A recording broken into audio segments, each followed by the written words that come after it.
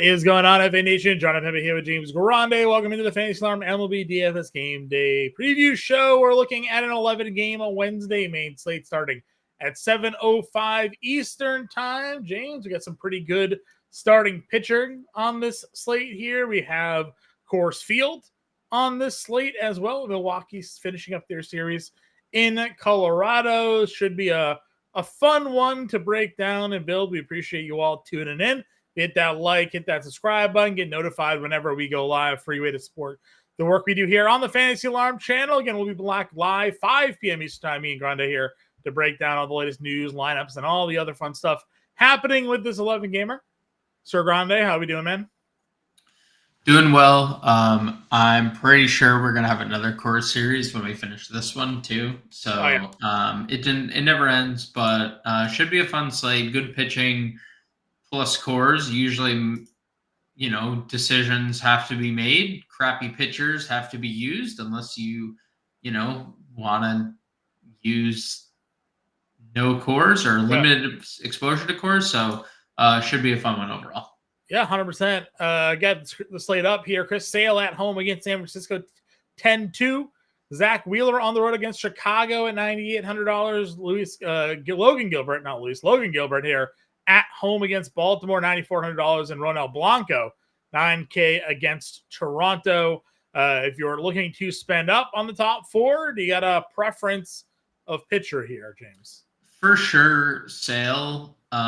If you can get there, I mean, he has been pretty incredible, and pitch count doesn't matter, matchup doesn't matter, strikeout appeal out the wazoo, 2 double-digit strikeout games in his last 4, 118 strike. I mean, this is peak Chris Sale is back. So Sale is as good as it gets.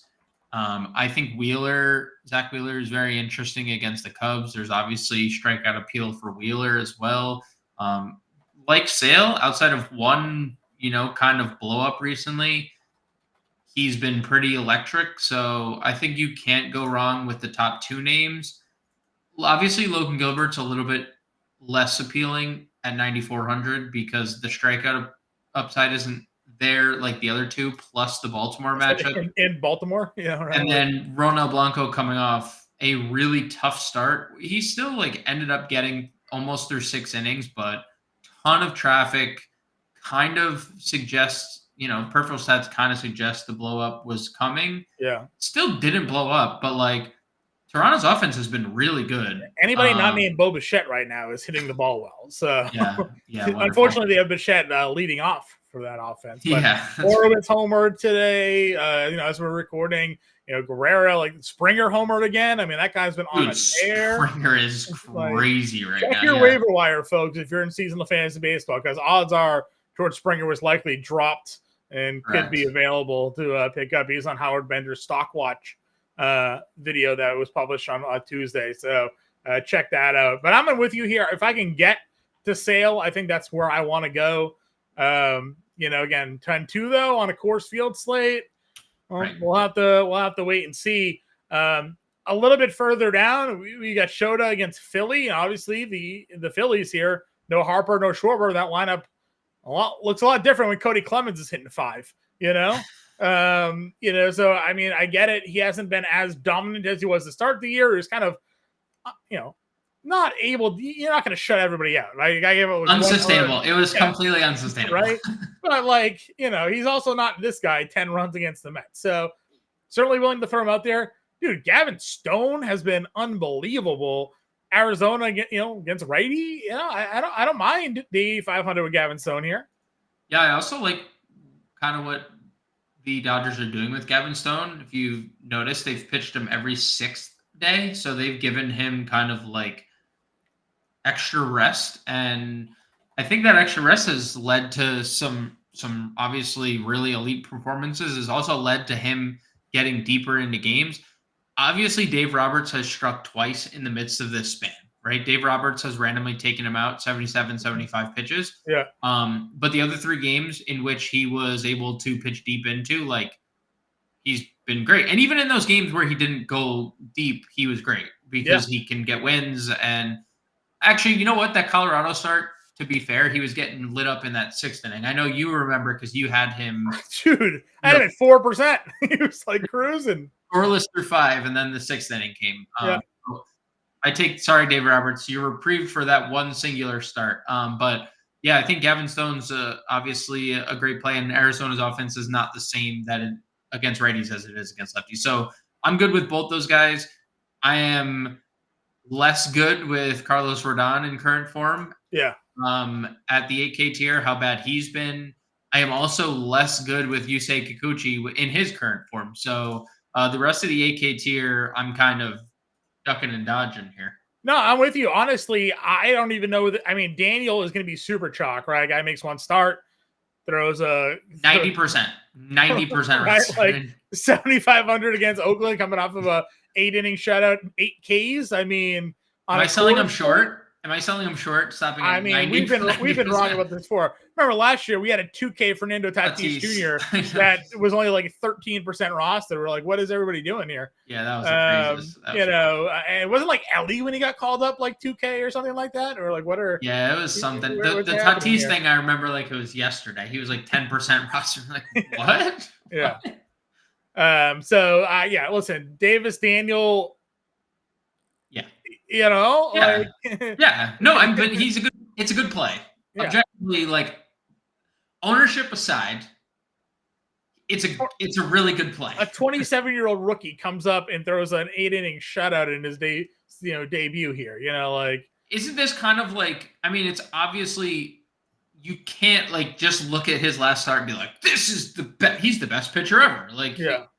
But it is also equally as good of a matchup. Like Detroit in the month of June was the worst offense in baseball against righties. Well, Oakland was second worst with the highest strikeout rate. So, you know, it's like back to the same situation we were just in. It's a great spot.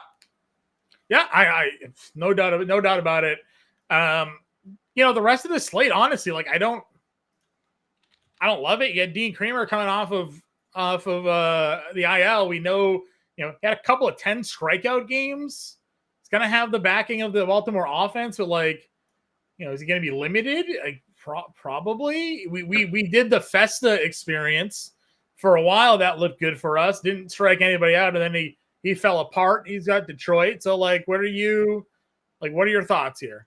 So I think Pepio 7,100 is a little bit interesting, especially for the strikeout appeal. Pepio 83 strikeouts in 71 innings. Hadn't been pitching too well, and then came alive in that Seattle start. But you've seen 7 times this year he's given us at least 20 fantasy points, and 3 of those games he's gone over 30. So Pepio is interesting. 71. Kremer's okay at 71.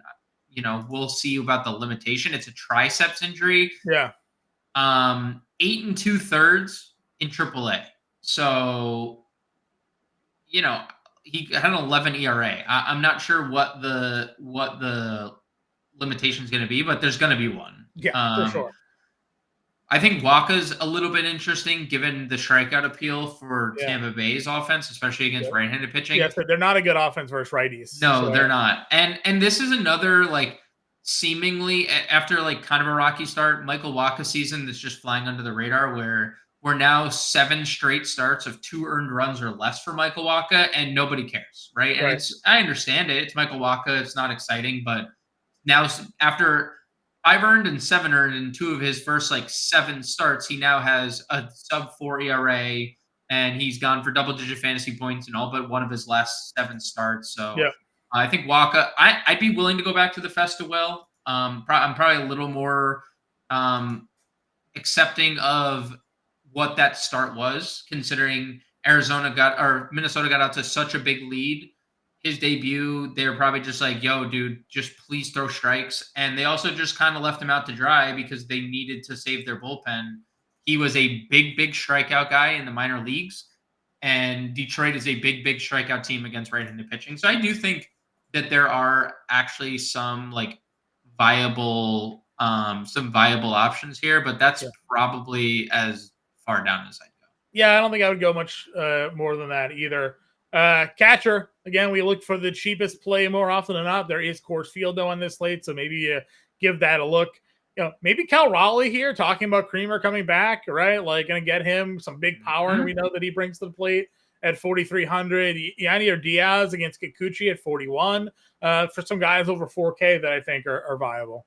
Yeah, and Ryan Jeffers. Kiter Montero is starting for Detroit. In his 2 starts, he does have some strikeout appeal, but I mean, his last outing against Philly, 5 hits, 5 earned, 3 walks, a home run. His first outing, 5 hits, 4 earned, 2 home runs, and a walk. Like, I think Montero is in a lot of trouble against Minnesota here. So we're right back on the Minnesota bandwagon. Only other person I'd really throw out there is Jeffers in this tier. But yeah, I like the Cal Raleigh in the middle of that lineup call for sure. And Diaz, obviously. And again, we'll be back here live at 5 p.m. Eastern time. We'll have some value catchers. Maybe Trevino against Abbott, or Higasioka against Gray. Any other notable values that you like? Other notable values. Rortvert's been quite good. Has, right? He has been quite good offensively. So, if they're gonna still price him at that $2,900 tag, it's really hard to ignore. What do we have on Milwaukee? Is Milwaukee getting a lefty here or a righty? Hudson. Because they started. Did you see who they started at catcher the other day? Haas. Eric Haas. Yeah, he made it back to the majors. Yeah, it's a righty though. Yeah, I was seeing. That's what I was checking. I mean, if Eric Haas found his way into the lineup at 3,500, I might give it a shot. Yeah, for sure. First base. Again, we have the Dodgers here. Yep. Ohtani and Freeman certainly going to be popular if you can get there, because Coors is on this slate. You mentioned the current form of Carlos Rodon, pretty tough. Cincinnati has some lefty mashers in their lineup. Steer, $4,900. Candelario's $42 in Yankee Stadium. Maybe you take a peek there. Yeah, I definitely lean Steer. Steer's been better against lefties this year, but if you need the savings to Candelario, or if you want to connect a stack, obviously you could play Candelario over at third as well. At third, yep, for sure. Where else are you looking at first? It's hard to ignore Vladdy at 46. I mean, he has been incredible. Power, RBIs. We now found out the power of the dreads was. I was going to say it was fake. It was fake. It was not real. He's back. Like, yeah. He needed to cut the dreads. He needed to cut the dreads. Yeah, dude, 20 RBIs in his last 10 games. Must have been slowing down his swing speed or something, right? I mean, dude, that is a lot of RBIs. Yeah, we had. What did I send you? Someone said that if you bet Vladdy Guerrero 2+ RBIs every day, $100 every day, you would have made like $300,000 or something like that. So I'm like, just like rolling over the winnings every day for like 7 straight days when he had this run of 2+ RBIs. You just kept on doubling down the money every day. You would have been up like $300K. So, insane waterfall plays that nobody's ever actually doing. What a wild run. Just having another good game again here as we record. Bowers against Hudson at 45. They had him in the lineup over Hoskins on the Tuesday slate with the righty on the mound. So could see that here again. What are your thoughts at the rest of this position? Santana 4K. I know this is not the good end of the split, but he'll definitely be hitting in the middle of that lineup. Nolan Chanel for $3,400, I think is interesting. Dubois getting first base eligibility, $3,200. I don't hate that. JD Davis, if he's in the lineup, he gets Andrew Abbott at Yankee Stadium. I don't hate that either. But there's probably nothing else. I don't think there's any punts that we should go to. Yeah, you mentioned Dubon obviously already there, yep. So I'm kind of with you on that. Second base here. On Tuesday, second base was a loaded position here. It's pretty strong again. Obviously, Marte, against Stone, we're probably not going to go to, but Altuve against Kikuchi at $5,200, certainly going to go there. At some point, they should be dropping Semion's price tag. I have no interest in paying $5,100 for him there. But Cronenworth versus Gray at 46 is kind of interesting. And then the grouping of like Castro and Rengifo down here Horowitz, Massey, India against Rodon. I mean, some really good second base in the mid to low fours. Yeah, I mean, I'm interested in Terrain too, to a lesser extent, only probably because he'll be lower owned at 5,500. If you wanted to get like a piece of Sure. a Brewers, like if there's anybody going to be low owned, nobody looking at Bryce Terang is like, let me pay $5,500 for him. But Right. Dakota Hudson's obviously had a lot of issues against lefties. Altuve's been great. You mentioned, yeah. I mean, Castro's going to lead off, right? He leads off against righties. He's been amazing for an extended period of time. So for sure, Rengifo, even though this is the wrong end of the split, he continues to be really good each and every day. Yeah, leading hitter in baseball right now. Really It's crazy. I'm okay with like Massey if he's starting. He's also been really good. $4,200, a little different than the $3,000 than we saw him at like three slates ago. But all roads lead to Jonathan India at 4K.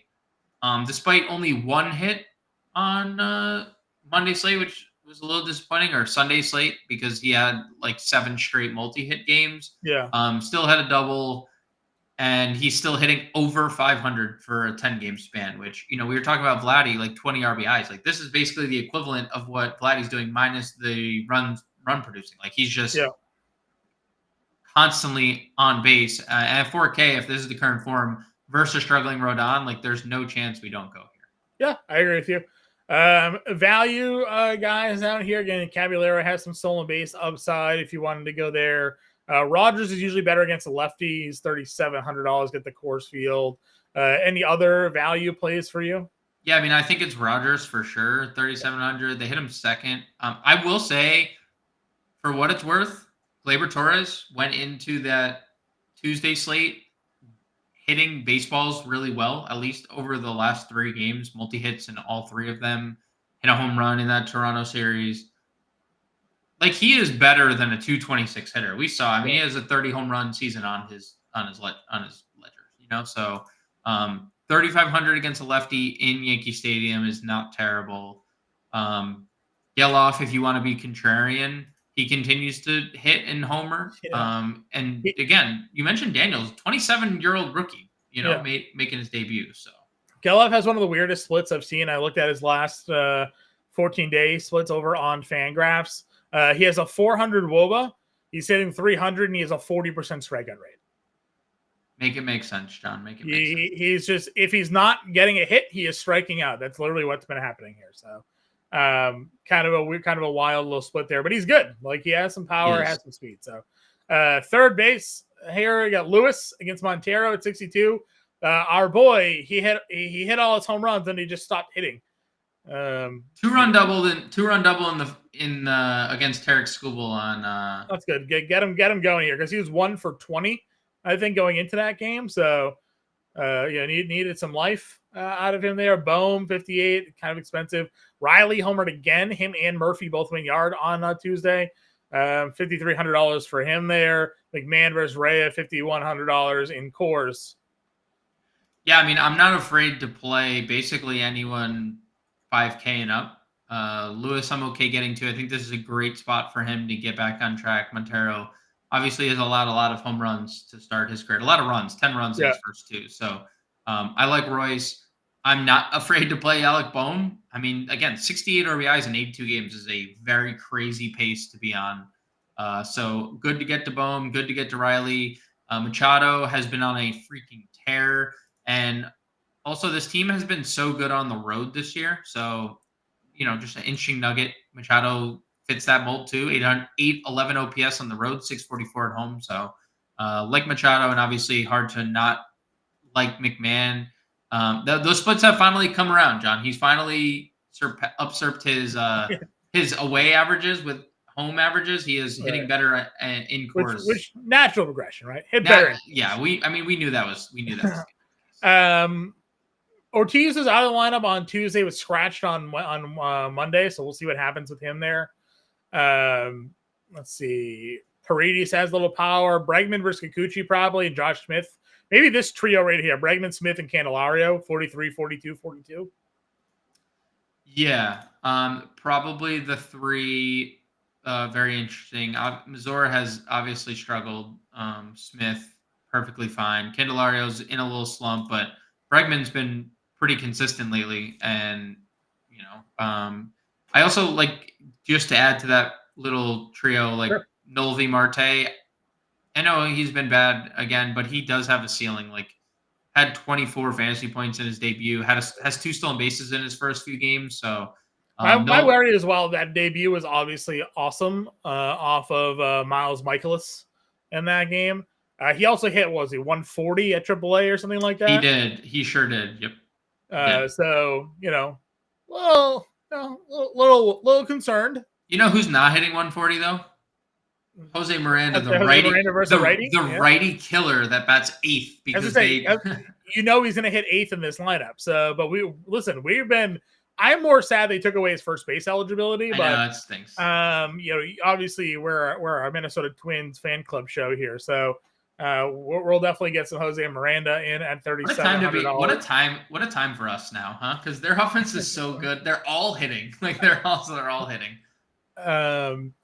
Edmundo Sosa had some really good numbers earlier against lefties. Again, I kind of like Shota here, but the splits for him were still pretty strong against left-handed pitchers there. Don't really have much else. Like, we're not playing Nick Lofton or anything here, right? Like, no, I'm not gonna go there. I would say, like, weirdly enough, a little interest in Ernie Clement, who's been kind of good for Toronto lately. If he's playing, I know it's righty. They played Barger, who had an RBI double on Tuesday, and then Santiago Espinal is going to hit in the middle of their lineup for the Reds against. We know his splits history is good against lefties, so those would be 2 punts under. Yeah, Gio Urshela hit cleanup today for Detroit. He is constantly hitting 4th, and I just couldn't be more sad for the Tigers that's where they are. Well, Spencer Torkelson's down in AAA. I mean, dude, he's hitting 4th. I mean, I hear you. Shortstop up at the top here. Gunner against Gilbert. Witt versus Pepio. Ellie versus Rodon with the wrong split side for Ellie here, right? So Turner at 6K. Adames versus a righty in Coors has to probably come close to being in Milwaukee. So what are your thoughts here? That's the equivalent. Might be a little better. Might be. I don't know. I'm just throwing it out there. Coors officially now, again, the number 1 runs per game output in baseball. Like, makes that sense. Well, Cincinnati for a little bit, right? Yeah, there's no wrong answer. I like playing Ellie even in the bad split when he's going like this, because he has just such a crazy ceiling, dude. Like, I mean, 4 times in his last 8 games, he's gone for 20 plus fantasy points. You just don't get that very often. He hit another home run on Tuesday. So even though it's the bad split, I would go there. Same thing with Trey Turner. He homered on Tuesday as well. Trey Turner has come off the IL and just hit and hit again. So I would really play any of them. Probably De La Cruz, Turner, Adames for me in the top 3. And that's not like a slight at Gunner or Bobby Witt, because obviously you could play them, but I just prefer the other 3. Sure. Correa down here against Montero, Tovar, Ha-Seong Kim's down here, some decent numbers of late. I think really just, again, a pretty strong position top to bottom at short. Yeah, minus Bo Bichette. Yes. Who should be like $3,000. If he got demoted, it would not shock me. Actually, I'd be stunned, but I mean, it just he has not been very good. Maybe he needs an IL stint again to figure out where he's going wrong. But is there a value shortstop that you like on the board? I mean, Ahmed is in the good split, but can't really do it. No. Rosario won't even play. I mean, Edmundo Sosa is probably the guy. Just you mentioned Moretti, but it's probably the answer is probably Sosa, and this is just a position that we should pay up for. Sure. Outfield here again, position we can spend up for. Pick your poison, right? Ohtani, Judge, Yelich, Soto, Ozuna, Jordan, homer tonight. I don't think you can really go wrong with this group here. No. I mean, Shohei's getting a pitcher making his debut, or at least expected to make his debut. They have Christian Mina. Is that who you have listed in Yeah, front of you? Let's see what Fangraphs doesn't even have a starter listed, so that might just be a placeholder, John. sure. We'll see. TBD on what's happening with Arizona's starting pitching position. When is Gallon scheduled to start? I know he made a start. He's scheduled to start on Thursday. So we'll see what happens. But obviously, Otani's elite, Judge is elite, Yelich is elite. I don't have any wrong answers. Jordan's elite against lefties. He's been better against Yeah, lefties this year, so don't even shy away from him. I mean, there's quite literally no wrong answer. 5K and above, just like probably not going to play Charlie Blackmon at 5K. Probably yeah. not going to play like Riley Green. Not gonna play J-Rod. Probably not going to play J-Rod. So like those three, but everyone else for sure fire them up. Yeah, below the 5K tier, Doyle's been really good lately. Again, in course, so you have that advantage. Nolan Jones as well, $4,800. I know he's in slow to the take here off the IL, but could give him a look.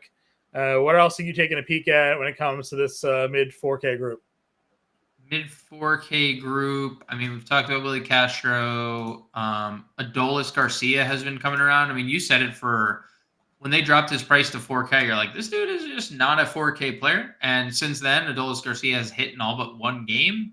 The power's starting to come back. Still no speed, not running. That's what happened. He's just old, so he's not running anymore. But the power has been creeping back. The average has been creeping back. 600 ISO. Byron Buxton is still hitting baseballs really far. The Twins lineup is very interesting because like we want to play Miranda and we want to play Buxton, and they're not going to connect with Lewis because Lewis is hitting like third or fourth, and then these guys are hitting seventh and eighth, and you're like, well, I want to play all three. I'm probably just going to play all three. So Buxton at 44, Castellanos against a lefty. That's interesting. Arozarena has been pretty good of late if you want to go there. Kepler, he's kind of fallen off, but just to stick with the Twins narrative here, I might play 5 Twins in this slate if I'm fading cores. Like we'll see. The Milwaukee outfield will be interesting. They they DH'd Yelich on Tuesday, and they had Frelick, Garrett Mitchell, who's back with them, and Chorio. Again, they're all in cores. Like Frelick and Mitchell are lefties, so they benched Perkins in that game on Tuesday. We'll see if Perkins re-enters the lineup on Wednesday or not, but at least some guys there. Jackson Merrill obviously has been unreal. Had 40. Wyatt Langford's been really good. 4K for him. Hit for the cycle the other day. For the cycle, yep, crazy. So definitely a lot of good options here. As you mentioned, Mitchell's 4K. Said Mole's been good. $3,900 for him. Kelnick leading off still. Springer has been unconscious at 39. So some great options here. Yeah, and then we start talking about options below. I mean, I think the obvious pivot is like Oakland.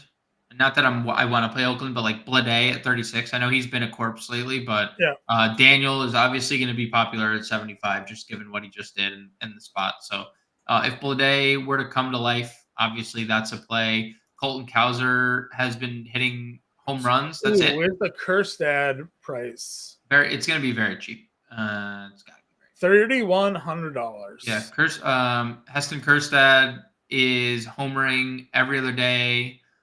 And he's been good since being called up. So 3,100 for him.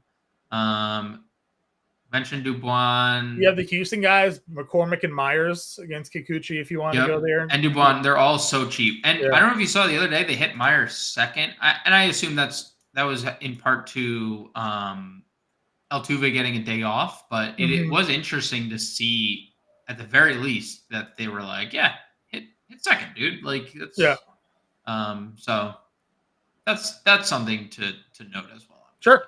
Let's get a lineup build going on here. Unless there's anybody else you'd like. I'm just scrolling. I mean, Moniak, Forrest Wall, we'll see if Derek Hill homered twice the other day. He's $2,500. Yeah, he did homer twice the other day. He now has actually homered 3 times in 2 games because he homered the night before that as well. hitting 300 coming into Tuesday's game. Where's his price at? He is $2,500. Derek Hill on the Tuesday slate hit 7th, currently 0 for 1, but I mean, he DH'd, like they wanted to get him in the lineup, hit 7th. So just throwing it out there, $2,500 is a very good price for a guy who's hitting that well. Sure. But I think that's probably it. All righty. Lineup build time here. What's our number one plug? Number one plug. I mean, if Daniel? Probably in Sale. That's probably the chalk response, too. Okay. Catcher. So what do we do for some value? Rovert, I guess. We liked Waka too, but I guess we'll go Daniel there. Go Rovert against him. Miranda at third. Miranda at third feels good. It was 37.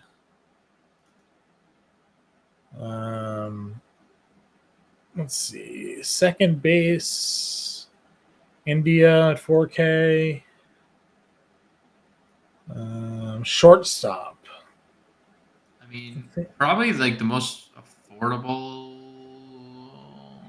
I don't know if this is. We didn't really love. We got to spend up. Yeah, we got to spend up. Adames probably.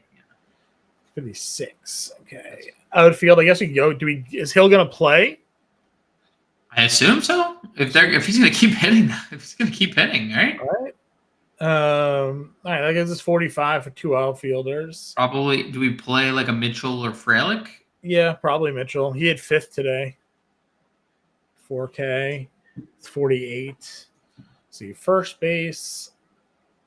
Do you go Steer and just go India Steer stack? Yeah, I like that. And I guess it's a $4,700 outfielder.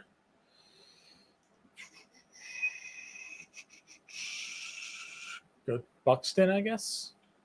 Yeah. Buxton and Miranda, probably. Yeah, Buxton Miranda. Yep. I like that. All right. Example lineup. Sale, Daniel, Rodvert, Steer, India, Miranda, Adames, Hill, Mitchell, and Buxton. No. Royce Lewis leaves game Tuesday. Oh. That guy. Oof. Can he just stay healthy one time? What happened? Can he just stay healthy one time? All right. Well, ending on a poor note. That's our lineup for the night. We'll be back live at 5 p.m. Eastern time, assuming that was like a hammy or something like that. Left groin tightness. There you go. So we'll see. Maybe Miranda will hit cleanup because Royce Lewis isn't in the lineup. We'll be back at 5 p.m. Eastern time to update you all. We'll see you then.